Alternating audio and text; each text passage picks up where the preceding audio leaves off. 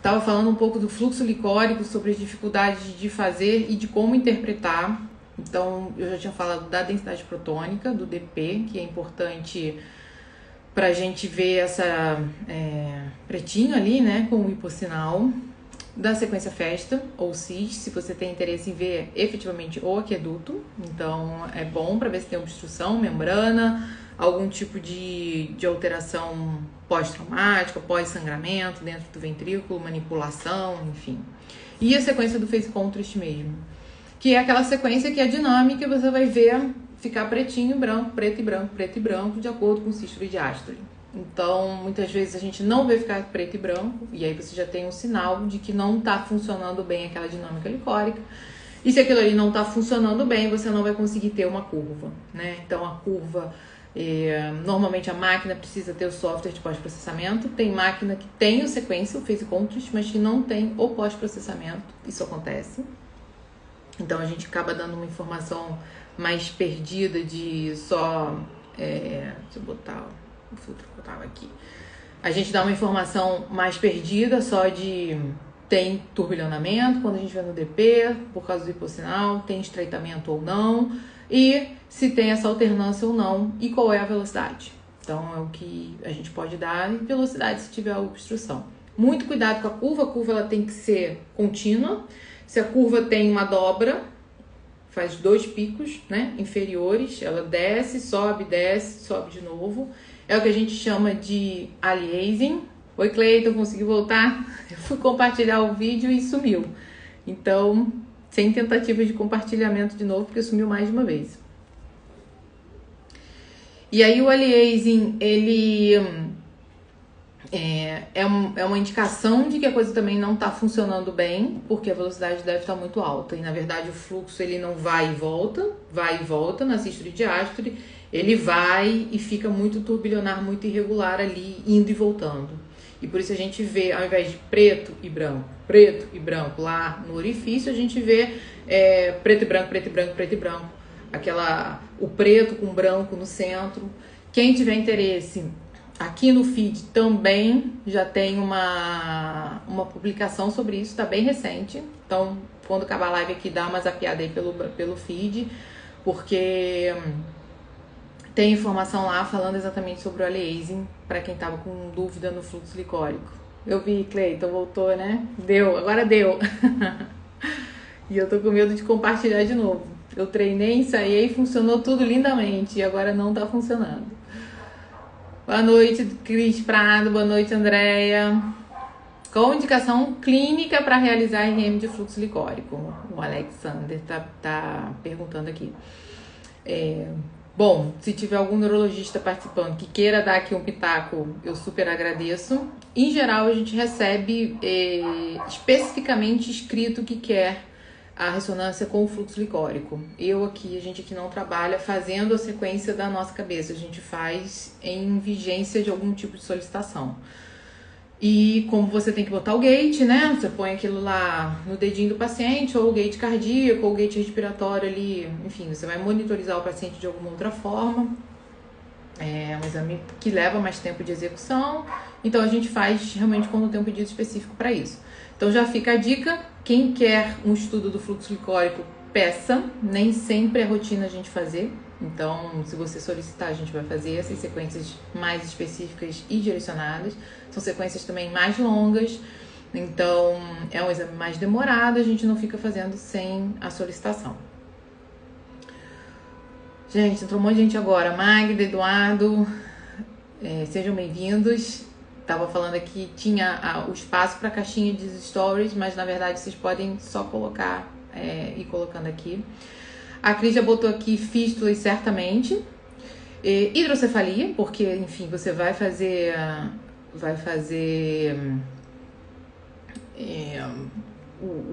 o estudo do aqueduto mesmo, se ele tá patente. É o que a gente estava falando na live antes de interromper aqui, estudos de ventriculostomia, por exemplo, para ver se tem fluxo lá na ventriculostomia ali no terceiro ventrículo. Então, a gente, em vez de olhar no aqueduto posterior, a gente vai olhar na frente da ponte, né, que é onde faz o orifício na terceira ventriculostomia. Então, suspeitas de hidrocefalia, em geral, pode ser feito o estudo do fluxo licórico. E a hidrocefalia clinicamente pode aparecer de várias formas. Tem a tríade clássica, do tipo de hidrocefalia de pressão normal, tem outras ataxias, enfim, se você tem alguma alteração de marcha, se você tem alguma alteração relacionada à incontinência urinária, ou até mesmo cognição. E nas crianças, né? Sempre lembrar que criança que já vem com ultrassom durante o pré-natal, que nasceu com a cabeça grande, né? A macrocefalia que a gente chama, e tem indicação de estudar o aqueduto cerebral, você também pode fazer o estudo de fluxo, tá certo? Eduardo está perguntando aqui, SPECT para demência. SPECT é um estudo de medicina nuclear. Então, o radiologista pode participar na avaliação, principalmente se for um PET-RM, né, ou uma PET-CT. Mas o SPECT em si, ele é um estudo do médico nuclear. Então, se eu for tentar me meter muito aqui, eu vou falar besteira. Acho que tem a sua indicação. Como todo exame, nunca pode ser dado o diagnóstico sozinho. Então, a gente olha padrões e tem padrões que são característicos de determinadas demências. Então, se tem condições de fazer, vale a pena. Se tem condições de fazer o PET-CT, também vale a pena.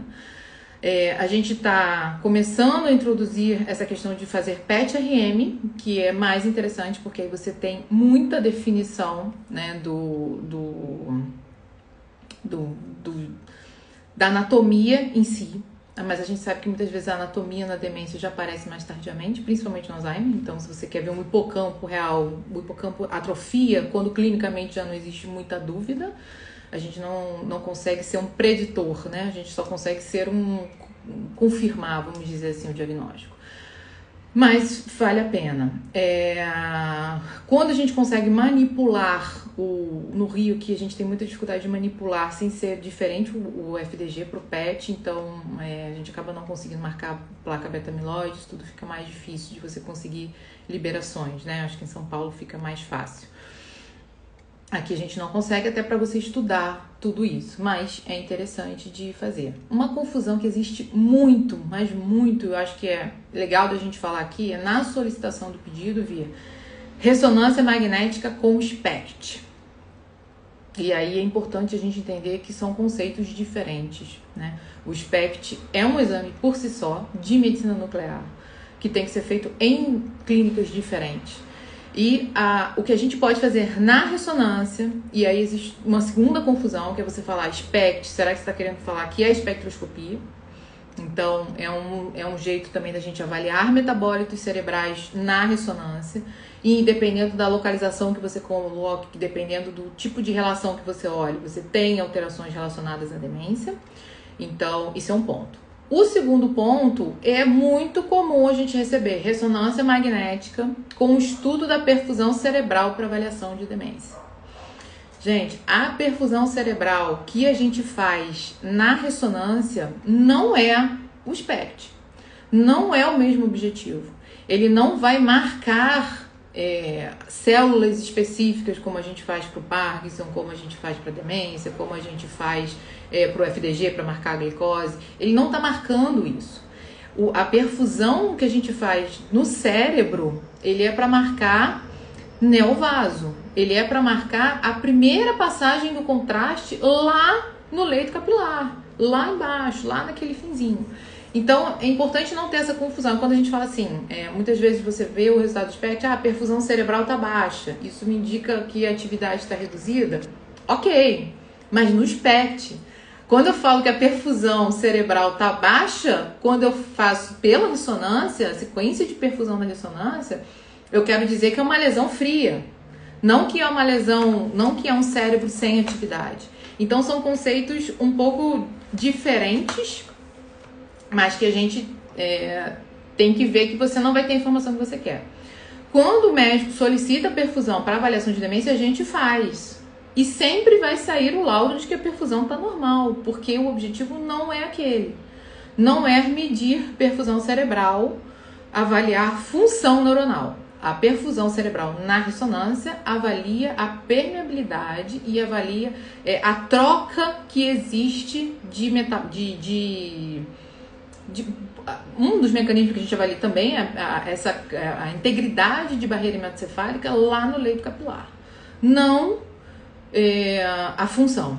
Então é uma confusão comum. Agora, detalhes do SPECT realmente eu não... É com a medicina nuclear, então fica complicado. Tá bom, Eduardo? Espero que eu tenha conseguido ajudar alguma coisa, mas foi muito bom você puxar esse ponto, porque é uma confusão bastante comum e talvez vocês recebam, né? Quem solicita, recebe um laudo normal e fica bem com aquilo, quando na verdade o SPECT não está sendo feito. E aí fica difícil. O Trodat a gente consegue fazer também. O ruim é a gente não conseguir fazer o Copal Pittsburgh, né? E marcadores mais específicos para amiloide, por exemplo, que eu acho que a gente perde muito em não conseguir investigar. Tudo bem que você pode não conseguir tratar, mas pelo menos você pode conseguir prevenir aquela pessoa, orientar, ter uma noção. A gente sabe que não é porque está depositado que vai ter a doença, tudo isso a gente sabe, mas assim, você saber que você tem, já pode, que o seu paciente tem, já orienta, né, algum tipo de prevenção, talvez, então já fazer alguma reabilitação cognitiva, ficar atento ao pequeno surgimento de detalhes. Eu não sei se vale a pena instituir uma terapia mais precoce, né?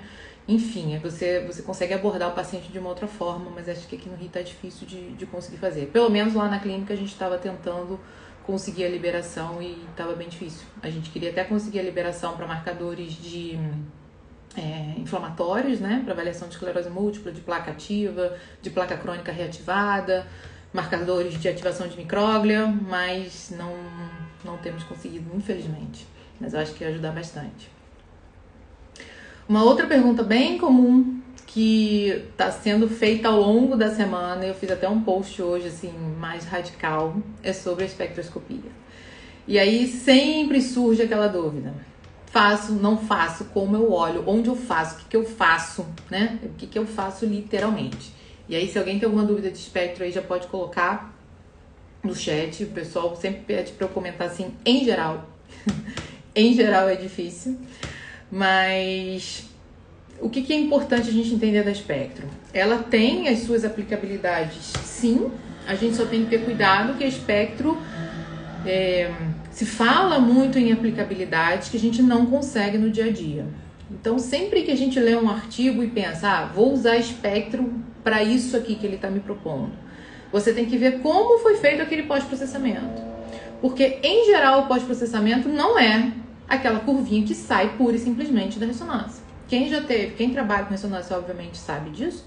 Quem é médico solicitante que recebe o exame, talvez não tenha a noção de como isso acontece. Então, a gente marca a sequência lá, né? Você quer fazer do símbolo, da região frontal, enfim, de onde você quiser fazer. O aparelho roda a sequência um tempo, aquilo parece uma curva pra gente. E aquela curva ali é o pico do metabólito. Determinadas marcas de aparelho já vêm com a relação, determinadas marcas só te dão os valores de pico e você faz as relações matemáticas, divide um pelo outro. Ponto. É exatamente isso que a gente tem. E os 4 picos principais são os que aparecem. Então, a gente está falando de inositol, de colina, de creatina e de NA. Mas eu quero ver o pico de lactato. Sim, se você tem uma doença que tenha pico de lactato, ele vai aparecer e fica mais fácil a gente ver. Se você tem uma doença que tenha pico de lipídio, ele vai aparecer também. Atualmente, ele não é para aparecer, né? Então, ele faz lá, depois do NA, tem o pico de macromolécula e tudo bem. Você continua fazendo, né, essa interpretação, não tem problema nenhum. Agora, quando você olha os estudos, eles buscam como usar a espectro e determinados metabólitos para melhorar um diagnóstico, para ajudar num prognóstico e pode ser muito interessante, mas não é o nosso dia a dia. Então, a gente tem que desconectar um pouco do que dá e do que daria. Se você está num centro, se você que trabalha com cardiologia, se você que é neurologista ou médico solicitante, está numa universidade, está num centro grande de estudo, onde existe um médico, pode ser um físico médico, enfim, ou algum profissional de imagem que faça pós-processamentos em softwares separados, uma coisa mais de verdade, vamos dizer assim, para a gente ter a análise real dos outros metabólitos. Se você tem um estudo da sua máquina na sua coorte, então assim, a gente tem que entender a verdade é essa, a gente tem que entender qual é em cada máquina o pico de NA ali. o pico de colina. Mas como isso é muito standard, como muito padrão, a gente já meio que absorve aquilo. Agora, os outros não são. Então, você achar que você vai ver lá o pico de glutamina e glutamato aumentado no autismo, por exemplo, é complexo. Porque a gente não tem nenhum ponto de corte de que você vai dizer que, porque a gente não sabe qual é o normal da nossa máquina, da nossa população. Então, quando você olha o estudo chega nessa conclusão de que existe um distúrbio da glutamina e glutamato, de excitação e depressão no autismo, porque é um estudo de fisiologia que várias pessoas diferentes já falaram isso e se mediu aquilo ali. Se mediu o GABA também. O GABA, então, ele nem aparece normalmente naquelas curvas. O GABA, ele é um pós-processamento específico. Você precisa falar lá para alguém processar aquilo, num software especial, que pode ser pago. Então, a gente achar que está olhando uma curva e está tirando esse tipo de informação dela é complexo. Não dá para a gente concluir isso com o que a gente tem clinicamente. Agora, um pico de colina 3 vezes maior que o de NAA sempre vai ser um pico de colina 3 vezes maior que o NAA. E isso vai poder te dizer o quê? Olha só, se isso aqui eu acho que é um tumor e a minha colina tá tão alta, eu posso sugerir que isso aqui é um tumor de alto grau? Sim. Aí sim. Aí a espectro é mais uma ferramenta que você vai usar. E aí a espectro é mais uma ferramenta de todas as outras. Do que você achou na perfusão, do que você achou no flaring do T1, se ele tinha sangramento, se você conseguiu usar o SWI para graduar o sangramento dele, se você fez a perfusão da forma adequada, como é que é o padrão de captação, se ele tem sinais de disseminação, por exemplo, no glioma, que também sugerem mau prognóstico, se tem o pico do lipídio. Então, assim, como eu sempre falo aqui, a ressonância, você não vai usar uma sequência isolada, você vai usar todas as informações que você tem. A gente não está numa TC que você faz pré e pós-contraste, é o que você tem. A gente está numa quantidade enorme de possibilidades e você vai juntar aquilo ali de alguma forma que faça sentido, puxar todas aquelas gavetinhas do cérebro e juntar lá no seu algoritmo final, falar, não, isso eu junto esse, mais esse, eu sei que isso aqui é um alto grau. E a espectro vai estar nesse pacote. Então, use sim, ela tem as suas indicações, ela tem indicações para você diferenciar de metástase de glioma, se você faz single voxel, multivoxel, sempre é uma dúvida comum. Tem sim, agora não tente hiperestimar e gerar diagnósticos a partir de conclusões que não são baseadas nela, né? Então, não ache que você vai sair com um super diagnóstico dali. Muitas vezes a gente recebe paciente com indicação de doença bipolar e que é espectro da região frontal. Pode ser mais uma informação? Sim, mas o diagnóstico está lá, no consultório, na clínica do paciente, nos sintomas, no que ele relatou, né? Não na alteração de colina e creatina, não na alteração da relação colina-creatina, tá certo? Então é importante a gente ficar atento a isso. E não achar que você vai fechar um diagnóstico. Eu vejo muita gente pensando que alterou a relação inositol-creatina no giro do símbolo, o paciente virou Alzheimer. E se ele voltar e a relação que tem que ser até 0,7 tiver 0,71 e quando ele voltar tiver 0,69? Ele ficou normal? Né? Então, importante a gente entender que é um método que tem uma variabilidade ao longo do dia no próprio paciente, em máquinas diferentes. Então, tudo é uma média. Os estudos mostram médias de populações diferentes em momentos diferentes. Então, não vamos usar isso como um ponto de corte cravado, porque ainda mais nesses limitezinhos, a coisa pode ir e pode voltar. É comum a gente ver. Por isso que o relato ele sai, aumento do pico. Mas assim, eu não posso concluir aumento do pico indicando que houve progressão de déficit cognitivo leve para doença de Alzheimer. Né? É complexo, porque 0,71 pode vir amanhã 0,69. E como é que eu vou tirar esse diagnóstico? Eu não posso tirar um diagnóstico que eu não dou usando um determinado método.